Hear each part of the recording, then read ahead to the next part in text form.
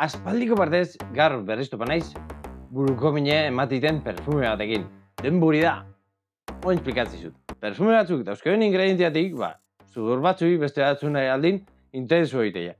Aztalan, nasketan daben reakzioatik, metaliko puntu bat, arrazoi asko leik, eta ez da beti alergia izaten, saturazio izate askotan.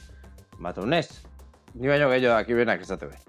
Eta horien artin dago musk, adibidez, desente pasatzeana, intensu da, ondo, kiston fijazio na mateu, baina segun zen azketatan emateunez, satura iteu. Eta nik gaur aspaldiko partez horietako batekin topa naiz. Ustez freskudan bat, lehen ere olako batekin guinon arazue, baina bururoaino, barrureino sartzetena eta niretzako gehiagi da. Eta ez ditzaz mau zein izen da. Art of Universe. Ebeste lan, zai, eta interesa hau lortzeko, ze fama hundile man izan dile eta gero niretzako ez da egokile. Fresku da, baina ez denboratxo bat baino gehiago aguantatzen. Zuko dukezu olakoik?